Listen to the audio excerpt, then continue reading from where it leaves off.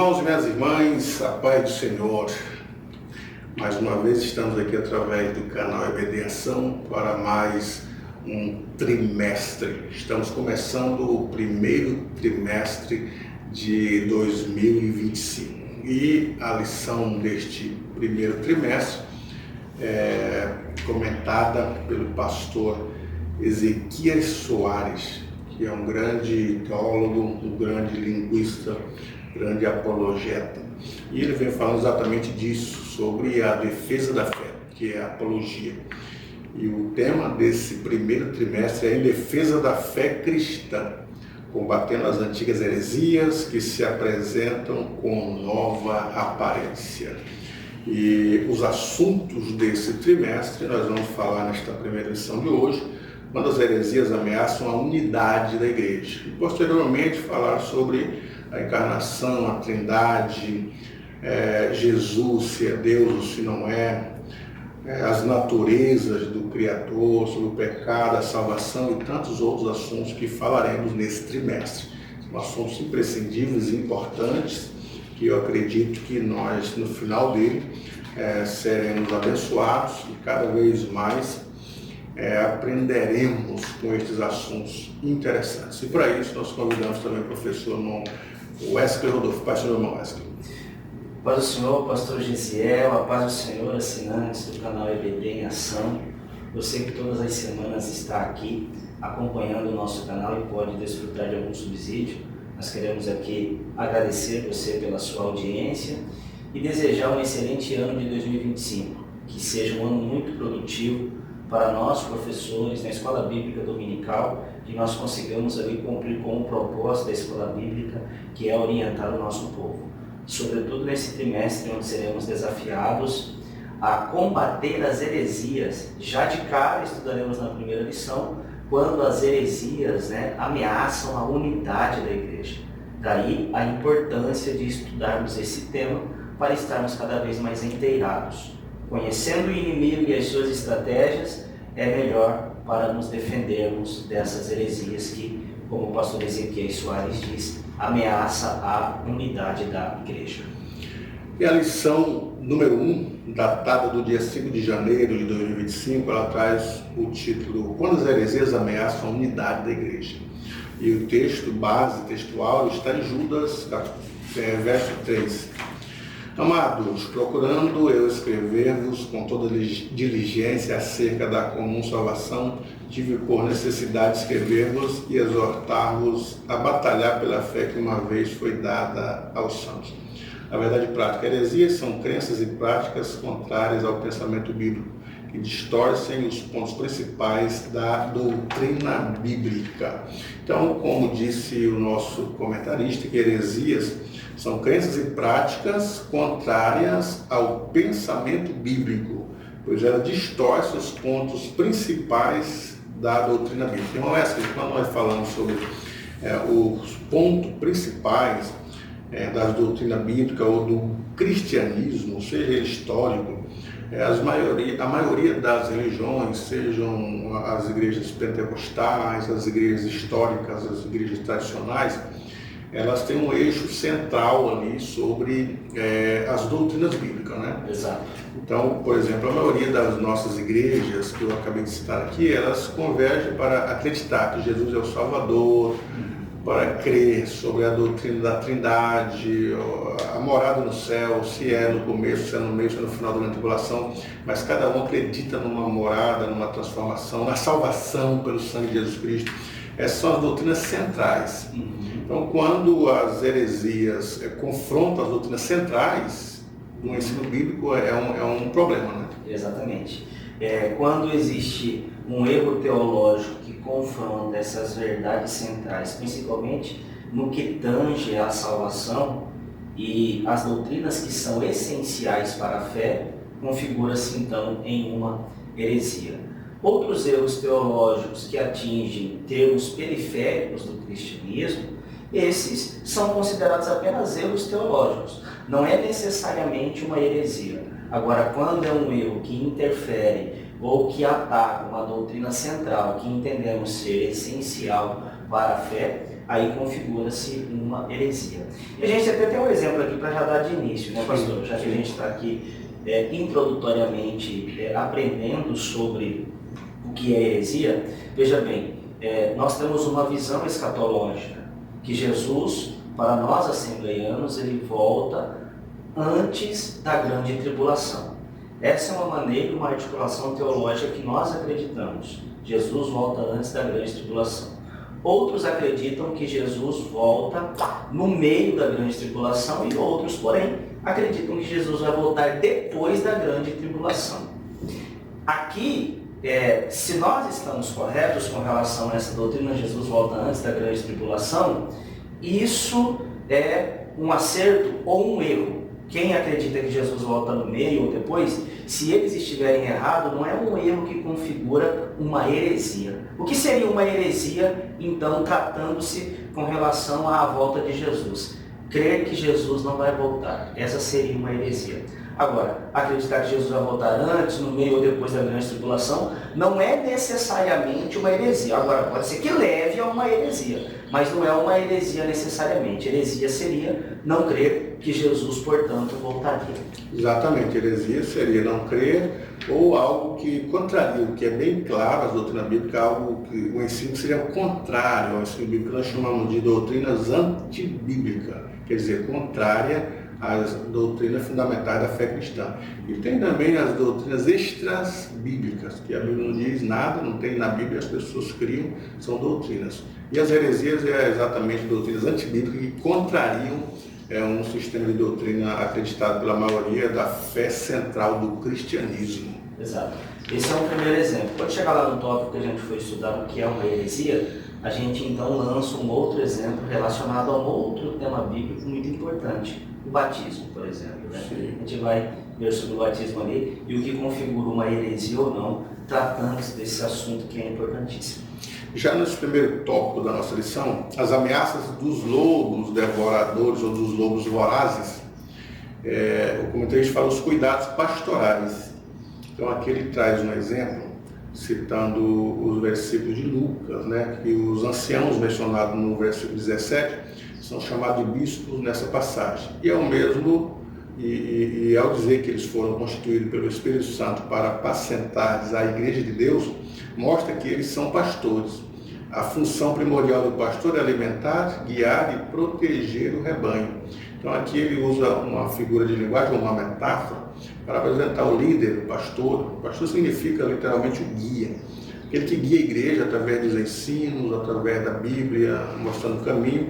E os fiéis são chamados de ovelhas. Então ele usa a figura da linguagem do rebanho antigo, dos criadores de ovelhas antigamente, em que os pastores levavam as ovelhas para tomar água, para o campo verdejante, para a alimentação, e os cuidados, porque tinha muito lobo na época que devoravam as ovelhas.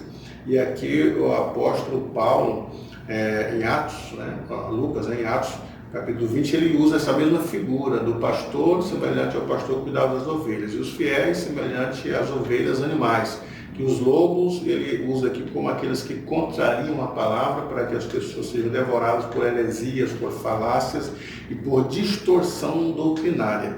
E o Novo Testamento emprega também essa metáfora ao tratar do relacionamento entre o pastor e a igreja, né? O rebanho da igreja. E o pastor deve ter o mesmo cuidado que o pastor tinha lá com os lobos, ficar de olho, né? Porque os lobos hoje eles vêm atacando, e a forma que eles colocam aqui é as heresias, contrariando as verdades do Evangelho. Depois nós estaremos exemplos que ocorreram ao longo da igreja primitiva, né? Primeiro e segundo século, que eram considerados lobos e heresias vorazes. Né? Uhum. É exatamente isso. Quando a gente observa os cuidados pastorais aqui, que é assunto do primeiro ponto do tópico 1, é aquilo que o pastor Gesiel já disse. O pastor é aquele guia. E quando a gente, por exemplo, vê o retrato que Davi coloca, o pastor no Salmo 23, quando ele diz: ele guia-me mansamente às águas tranquilas, preparas uma mesa perante mim na presença dos meus inimigos. Ali, Davi está retratando o cuidado que Deus tem por uma ovelha, de inclusive preparar bom alimento na presença dos inimigos, dos lobos, por que não dizer, daqueles que estavam querendo devorar o rebanho. E aqui ao mesmo tempo nós temos Deus alimentando bem essas ovelhas e cuidando para que os lobos vorazes não pudessem exterminar ou estraçalhar o rebanho, por assim dizer. Então, o papel do pastor é exatamente esse, é dar boa comida, deixando ovelhas bem alimentadas com a palavra de Deus. Dificilmente elas vão ter apetites para heresias. E o pastor, então, portanto, é aquele que guia, que alimenta essas ovelhas, a fim de que essas ovelhas, então, possam estar bem alimentadas, a fim de não se envolver com assuntos que são periféricos e que podem tornar-se também aí grandes heresias. Paulo, ele demonstra esse cuidado ali em Éfeso, orientando os pastores a cuidar do rebanho, inclusive prevendo, inclusive já tendo ali uma revelação do que aconteceria após a sua partida. Ele chama as pessoas que estariam responsáveis por aquele rebanho para que eles pudessem então cuidar dessas ovelhas. E nesse segundo ponto aqui, depois da minha partida, Paulo está dizendo, depois da minha partida, surgiriam no meio da igreja lobos cruéis, lobos vorazes.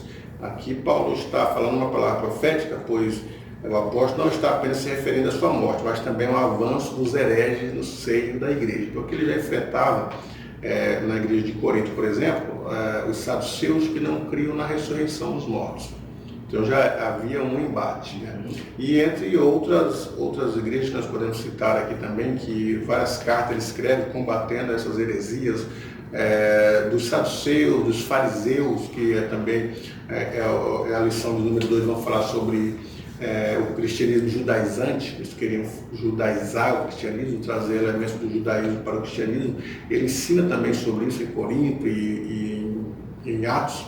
Então ele já está prevendo que logo após a partida dele surgiriam lobos vorazes, isto é, falsos profetas e falsos mestres, querendo ensinar à igreja o contrário daquilo que Paulo havia ensinado sobre a doutrina de Cristo, a salvação, a perseverança na fé.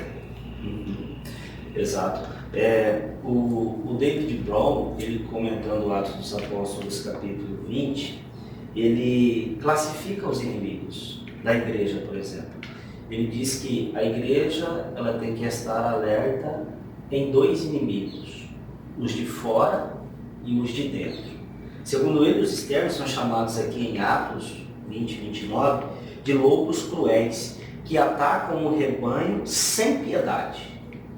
E os internos é aqueles que distorcem a verdade em busca de atrair seguidores. Perceba como que o nosso estudo é sobre a heresia, e isso tem tudo a ver com aquilo que nós estamos aqui falando. Os falsos mestres, os hereges, eles distorcem a verdade. E eles são igualmente letais, e por que não dizer ainda mais letais? Porque o herege ou uma heresia, ela trabalha com falsas verdades. O erro geralmente é assim, o engano é assim, trabalha com falsas verdades, ou com meias verdades, por assim dizer, porque tem uma pitada aqui de coisas que faz sentido, mas na verdade o propósito disso é distorcer a verdade bíblica. Então, devemos tomar cuidado com os lobos devoradores, mas também com aqueles internos, mas o propósito é sempre o mesmo, devorar todo o rebanho.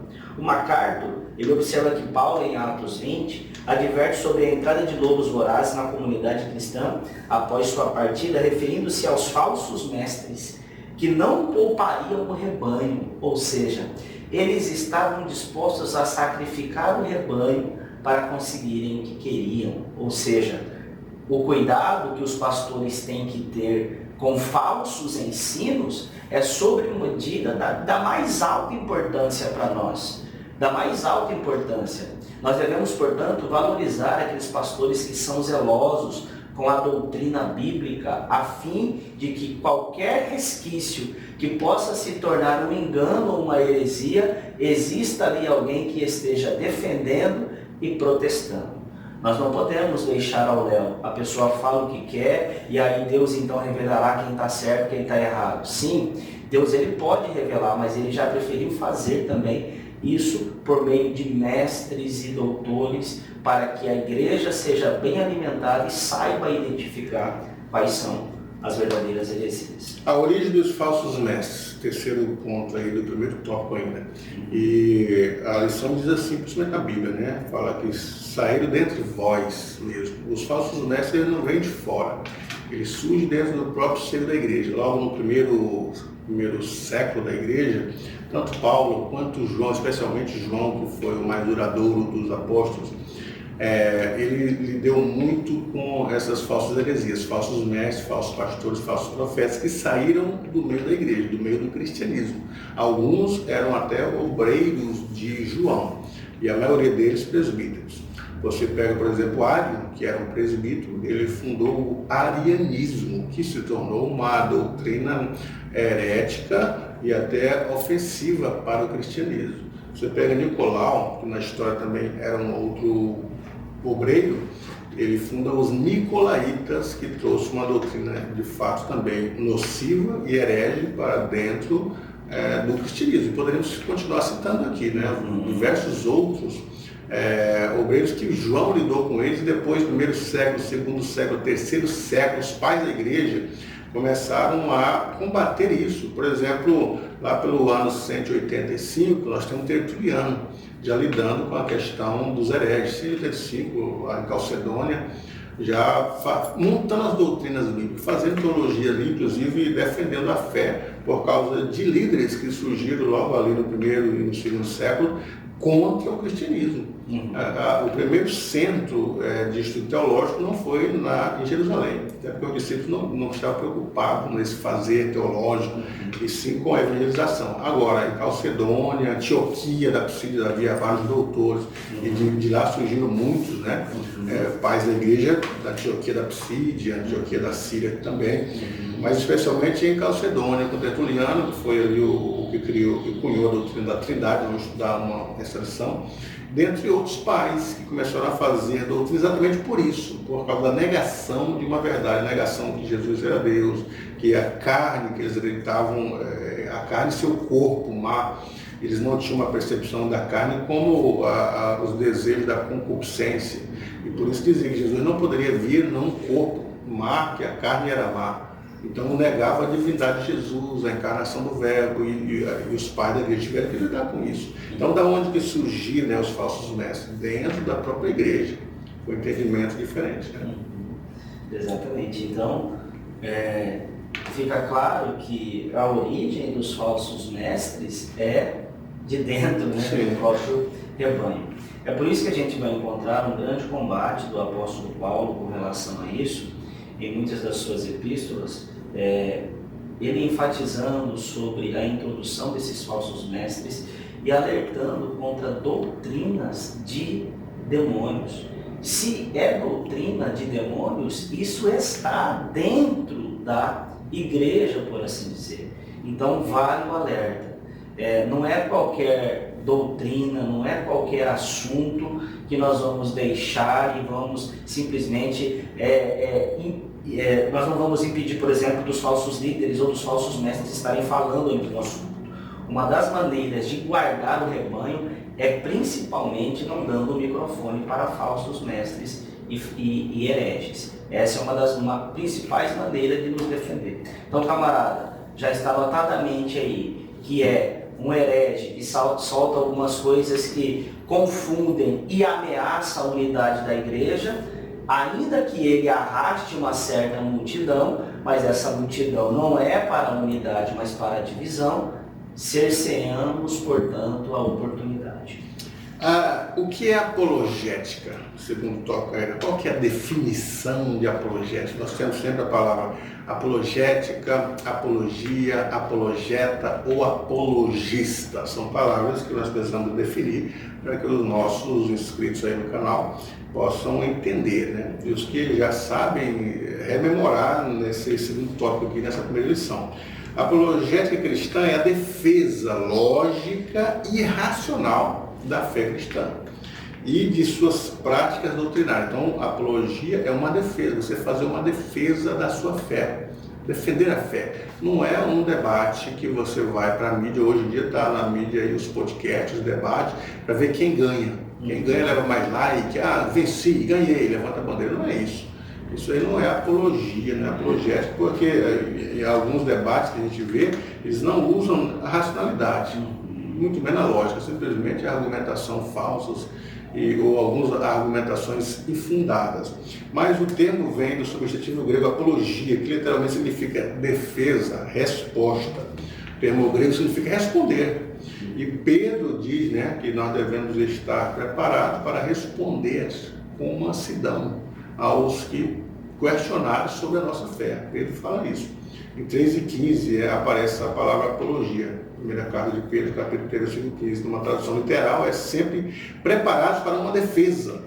E a versão bíblica da nova versão, da transformadora, fala explicar. Né? E muitas pessoas pedem explicação da nossa fé, explicação do dízimo. Por que você dá dízimo para o pastor, dá dízimo para ele? E você explica isso como diz o texto aqui, ó, com lógica e racionalidade, razão, inteligência, responder com inteligência.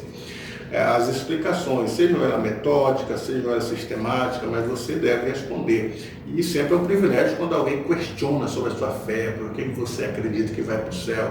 Alguns acreditam, será que comedor de feijão vai para o céu quando verem as pessoas falando do arrebatamento? É uma oportunidade de responder com racionalidade, argumentos doutrinários. Pedro diz assim, a ponto de convencer o contradizente. Não é ganhar o debate, mas é fazer a pessoa aceitar a fé cristã. Exato. Não só vencer o debate, mas também ganhar, né, o coração da pessoa. Isso me lembra do que C.S. Lewis escreve em sua obra Classe, né? Cristianismo Puro e Simples, onde C.S. Lewis ele argumenta que a fé cristã racional pode ser defendida logicamente, destacando a necessidade de uma apologética que responda às objeções contemporâneas, ou seja, algo que traz uma resposta racional para as objeções contemporâneas. O pastor citou algumas coisas aí com relação à fé, que são assuntos contemporâneos, e existe uma resposta lógica para tudo isso. Não é só uma questão de fé. Fé e razão devem caminhar de mãos dadas, e isso é importante. Inclusive o William Lane Craig, ele observa que a apologética não é apenas para acadêmicos, mas é essencial para todos os cristãos, pois fortalece a fé pessoal e capacita os crentes a compartilhar o Evangelho de forma mais eficaz. E isso é importante. Em seu livro sobre apologética, o William Lane Craig fala inclusive sobre como nós devemos proporcionar um ambiente propício para a intelectualidade cristã, no sentido de que fazer com que as pessoas entendam que a fé cristã é uma opção viável, intelectualmente falando, e não apenas algo para pessoas que são indoutas ou incultas. O Evangelho abrange essas pessoas também, mas existe também dentro do Evangelho algo que faz sentido, e esse sentido é importante, e segundo Lane Craig, inclusive para pregarmos o Evangelho. Uma das coisas que faz o evangelismo ser ineficaz é quando as pessoas não estão convictas da sua fé, e a apologética ajuda nesse sentido. O Franz Schaeffer, também tratando acerca da apologética, ele enfatiza a importância de uma apologética que não apenas defenda a fé, e não é esse o ponto, mas também demonstre amor cristão, prática interagindo a verdade com a experiência vivida. Isso é importante, porque hoje a questão da apologética em nosso tempo é um pouco diferente de algumas décadas. Há algumas décadas ou até séculos, inclusive no tempo de Tomás de Aquino, a apologética girava em torno de provar a existência de Deus. Deus existe ou não? Se ele existe, prove para mim. E aí os debates giravam em torno disso, pastor. Sim. Agora, a apologética ela ganha uma outra conotação. A ideia agora não é se Deus existe ou não. A ideia agora é a indiferença. Tá bom, Deus existe, mas e daí? Para que isso serve para mim? Daí então, a maneira de nós fazermos uma boa defesa da nossa fé, relacionando isso com o amor e a prática, para que a gente possa defender a nossa fé, evangelizar de maneira convicta, inclusive dizendo que o Evangelho é sim uma opção viável para as pessoas intelectuais, porque sim, aqui as coisas fazem sentido. Ciência e Bíblia não tem contradição, porque ambas têm o mesmo autor. Então é importante nós sabermos defender a nossa fé, como o próprio apóstolo Pedro vai nos incentivar aqui na sua Epístola Universal. E Norman Geisler é um dos maiores apologistas que já existiu, vivo. Acho que mais de 40 livros que ele já publicou, né, sobre apologia em defesa da fé cristã. E William Lane Craig, ele já também é das maiores mentes brilhantes vivas, é uma das maiores inteligências em questão de apologética, mas uma apologética, claro, filosófica, porque principalmente o Lane Craig, ele faz uma apologia em relação à ciência também e em relação à filosofia, mas as questões filosóficas são respondidas com uma resposta brilhante, né? Lane Craig apresenta, por exemplo, uma das grandes perguntas aí, o problema do mal, quem que é o autor do mal, quem que criou o mal, isso Lane Craig responde dentro da filosofia e dentro da apologia cristã com maestria. Já Norman Geisler também apresenta vários pontos de uma apologia mais centrada nas distorções doutrinárias, nas distorções da Bíblia. Então, é bom quando nós percebemos isso e analisamos os tipos de apologia, né? E todos devem estudar, porque todos temos questões, tanto filosóficas como doutrinárias, né?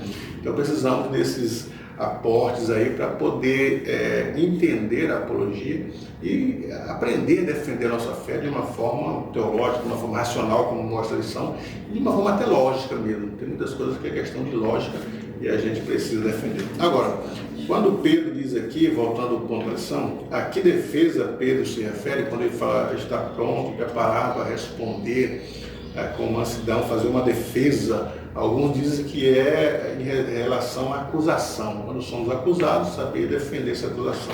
Mas não parece ser esse o caso, porque defesa, resposta ou explicação nessa passagem é sobre a razão da fé dos cristãos. Somos perguntados da razão da fé. Por que somos cristãos? Por que cremos assim? O que fazemos todos os dias ou todas as semanas no templo, e tantas outras questões que vão das coisas mais simples às questões mais filosóficas e teológicas, e Pedro nos ensina a responder com mansidão. E para isso temos um vasto número de livros que nos ajudam em relação à defesa da fé cristã. Né, Marcos? Exatamente. É importante que o apóstolo Pedro ele deixa claro que a ideia aqui é responder àqueles que perguntam, né, com relação à fé. É uma defesa mesmo da fé cristã, não é um ataque, né? É um ataque, né? É uma defesa, ou seja, você vai se defender, vai argumentar a partir do momento em que gerar ali uma dúvida. Isso no contexto onde ele precisa responder com relação à fé em meio a pessoas descrentes, por assim dizer. Então, ele está se referindo a isso, a sempre termos uma resposta mansa, e esse é o ponto. Não é uma coisa áspera, é uma resposta mansa àqueles que questionarem e perguntarem a razão da nossa fé. E aqui nós temos mais um ponto, olha só. A razão da nossa fé, razão e fé, aquilo que Tomás de Aquino já dizia, né, e tentava fazer, harmonizar a fé e a razão. Exato, razão da fé, racionalidade, né? Por que devemos combater as heresias? Aí o pastor informa que existem vários grupos que ensinam e refutam assuntos bíblicos, e no Brasil nós temos aqui vários grupos que refutam sobre a origem da salvação. Alguns acreditam que para ser salvo tem que ter mais algumas coisas que talvez trataremos em algumas outras lições, né? Mas ficar centrado simplesmente numa apologia, numa defesa de grupos, já parece que já não é mais algo que é tão preponderante hoje no Brasil como foi no passado, né? Esse terceiro ponto do segundo tópico, por que devemos combater as heresias? O autor argumenta que é porque existem muitos grupos, muitas denominações que contrariam os princípios da fé cristã, que rejeitam pontos centrais da fé cristã. Se bem que hoje, né, esses grupos parece que já não incomodam mais como incomodava antigamente.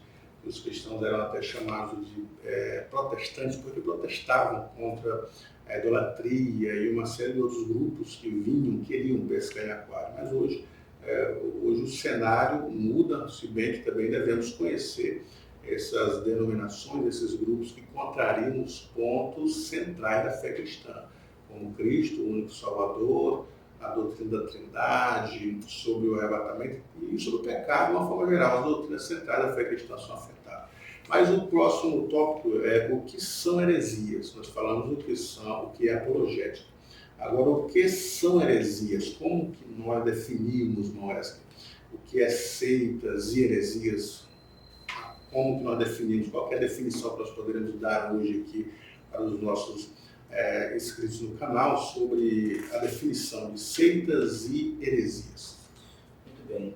Deixa eu só dar um passinho atrás aqui, pastor, sobre o ponto porque nós devemos defender ou combater as heresias. Tem surgido em nosso tempo agora uma questão ali onde as pessoas citam Gamaliel. Como Gamaliel, ele incentivou a seita, e a seita entre aspas aqui do Nazareno, né? Que surge ali no primeiro século, onde ele fala assim, ó, deixai essa obra, porque se ela for de Deus, ela avançará, se não for, logo ela vai ser parada, como já aconteceu antes, dizia o Gamaliel.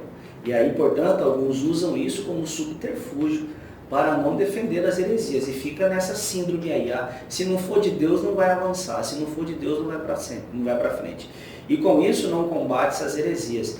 E o nosso tempo, ele é marcado por pessoas que estão sendo enganadas, quer sejam por grandes ou por pequenos conceitos, que acabam ali de forma sorrateira, muito sutil, fazendo com que a mente das pessoas sejam blindadas para a verdadeira doutrina e para o verdadeiro evangelho. E por isso nós devemos sim combater as heresias. Gamaliel fala isso, só pegando um gancho aí com a tua palavra, porque antes de Cristo surgiram ali os discípulos de um tal de Judas, parece que eram uns 400, e as pessoas achavam que ele dizia que era o Cristo, mas ele morreu e acabou os seus seguidores. Depois surgiu Teudas, né?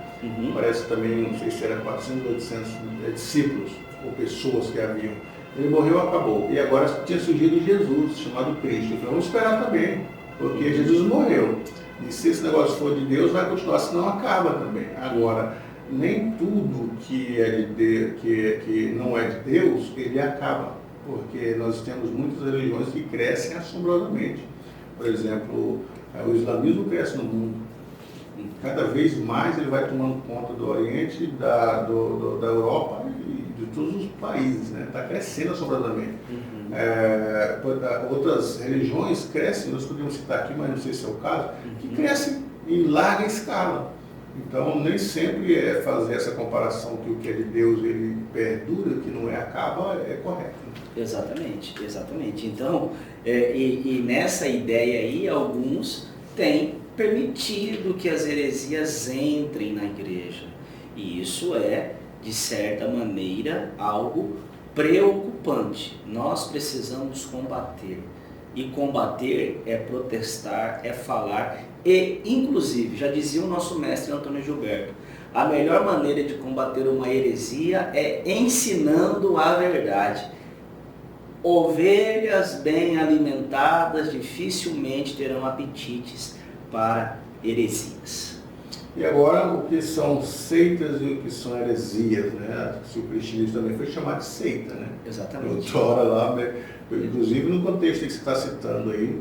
Então a palavra seita é usada para designar as religiões heterodoxas. É um termo já desgastado, trazendo em si muitas vezes um tom pejorativo. Antigamente elas usavam seitas para todos aqueles que não acreditavam em relação à Trindade. A gente fazia uma classificação, principalmente na década de 90. Seitas não acreditavam na Trindade, eram exclusivistas, só ali haveria salvação, nas demais não.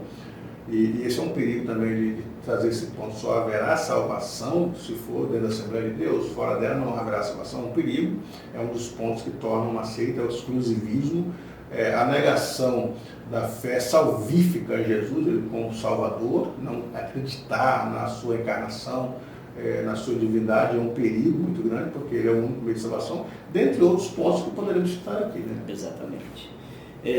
Como o pastor Ezequiel Soares ele sobretudo é um estudante e um professor também de grego, né? Sim. E é importante o que ele aborda com relação ao termo haireses, usado no Novo Testamento com dois sentidos. E aí ele diz, o primeiro é seita. Grupos ou divisões, muitas vezes referindo-se a religiões ou práticas heterodoxas. No contexto do texto, isso aparece em passagens como Atos 5:17, 15:25, ali no contexto do Evangelho, quando estava ainda no seu berço ali em Atos dos Apóstolos. Por exemplo, o cristianismo inicial foi chamado de seita, como o pastor Gesiel já disse, por pessoas que não compreendiam suas verdades. E aí então era uma seita, ou seja, é um grupo que está se surgindo aqui, que aparentemente parece fazer parte de um mesmo grupo, mas não, na verdade é um grupo completamente segmentado, ele está fora disso aqui. Então um grupo, e aí chamado também de seita, porque é algo que está destoando daquilo que era central para a religião de origem. Já a heresia são doutrinas ou ensinos que desviam da verdade bíblica, como por exemplo, Paulo vai ensinar em muitos outros textos. Gálatas, por exemplo, Paulo está combatendo ali heresias judaizantes, pastor Gesiel, que inclusive vai ser tema aí da próxima lição, mas Paulo está combatendo uma heresia que para Paulo era grave. A ideia de que, e perceba, né, judaizantes, estava ligado de certa forma ao cristianismo e ao judaísmo, e queria trazer para o cristianismo elementos lá da lei de Moisés. Mas o ponto de Paulo não é nem trazer circuncisão e outras coisas aqui para o cristianismo. O ponto era tornar isso essencial para a salvação. Paulo considerou isso uma heresia. E uma heresia tal que Paulo disse, se vocês se circuncidarem com essa ideia da graça, vocês têm descaído. Ou seja, perder a salvação. Porque se caiu da graça, caiu daquilo do qual, pelo meio, nós somos salvos. Nós somos salvos por meio da fé, pela graça e por meio da fé. Se você cai da graça, então obviamente você está caindo também da salvação. Isso é uma heresia que distorce uma verdade bíblica essencial para a salvação e implementa outras coisas que contraria essa ideia principal. Exatamente. Então as heresias, principalmente as heresias de perdição, é contrário à fundamentação central do cristianismo, a Trindade, o Senhor Jesus Cristo, o Espírito Santo, o ser humano em si, natureza do pecado, a salvação, a origem e destino dos anjos, da igreja, da Escritura Sagrada. E o mais grave erro é que diz respeito à divindade e à interferência na salvação, pois não existe salvação sem Jesus Cristo. Então, por isso que neste trimestre nós estudaremos as heresias mais graves que já existiram dentro do cristianismo, e nas próximas lições falaremos disso. Começaremos com a lição número 2, como disse o professor Wesley, sobre o cristianismo judaizante. Por que o cristianismo, para ser autêntico, precisa dos costumes judaicos? É um ponto que estaremos falando na próxima lição. E chegando aqui à conclusão, Manuel, você queria complementar mais sobre esse tema de hoje? Tem mais alguma coisa que você queria fundamentar? Não? Esse ponto aí que Paulo trabalha também, a heresia no Novo Testamento, e aí o ponto que o pastor Ezequiel Soares trabalha, né, a heresia no Novo Testamento, e aí ele fala acerca da heresia da perdição. É nessa passagem, em 2 Pedro 2:21, que a aireses apresenta o sentido de erro doutrinário como heresia propriamente dita, no campo teológico que nós conhecemos hoje.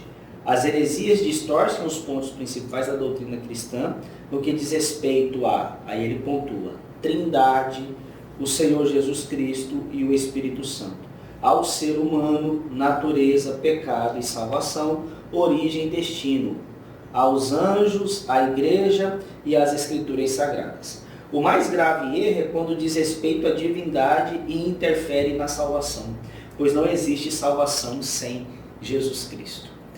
E não só não existe salvação sem Jesus Cristo, como também não existe salvação onde Cristo não é suficiente. Se ele não é suficiente, precisa dele mais alguma coisa ou mais alguém, como disse Paulo aos Gálatas aqui, para citar mais uma vez, isso é um evangelho maldito, que distorce a verdade e o propósito do evangelho, que é a boa notícia para a salvação, acaba sendo então uma notícia de perdição, e por isso uma heresia de perdição, como o pastor Ezequiel Soares aqui coloca.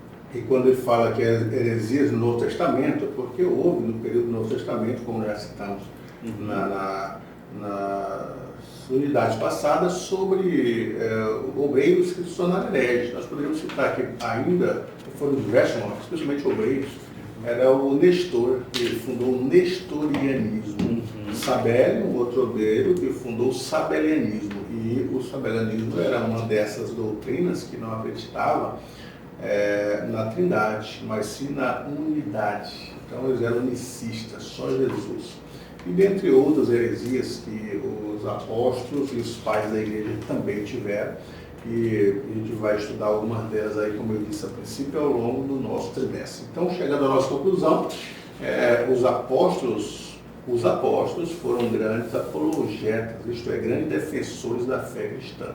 Os discípulos foram grandes defensores da fé cristã, como João escreveu, inclusive, a primeira e segunda carta, terceira carta, combatendo heresias. Pedro foi um grande apologista, Paulo, um dos maiores apologistas, e sem falar dos pais da igreja. Podemos citar aqui Irineu, Tertuliano, Orígenes, que a gente tem até hoje os escritos de Orígenes, Marcião, que foi um dos grandes hereges, e a Orígenes escreveu um postulado desconstruindo Marcião. Inclusive tem um livro de Orígenes chamado Contra Marcião, e assim uma série de outras coisas. Agora, a gente conclui aqui o nosso raciocínio dizendo assim, nós estamos dispostos a fazer pela verdade o que os hereges estão a fazer pelas suas heresias?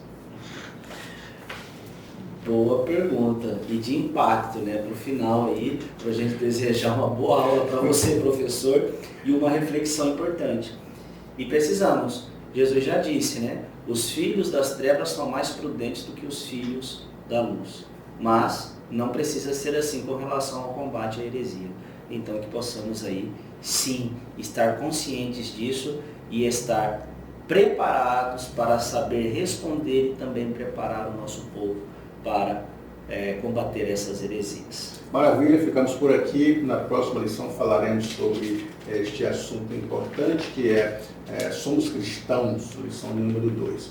E você que não é inscrito no canal, o que você recomenda para quem não é inscrito no canal mais? Se inscreva agora aí, ó, tem um botão aqui embaixo, inscrever-se. Se inscreva, ative o sininho, que toda vez que a gente postar um conteúdo novo aqui, você vai ser notificado e vai poder, de alguma forma, ser alimentado, encontrar um mínimo de subsídio que seja para que você possa aí implementar e complementar a sua aula. Se a gente ajudar só 50 centavos, a gente já está feliz. Dê um likezinho e compartilhe esse vídeo com os demais grupos. Deus te abençoe, uma boa aula para você e até a próxima aula.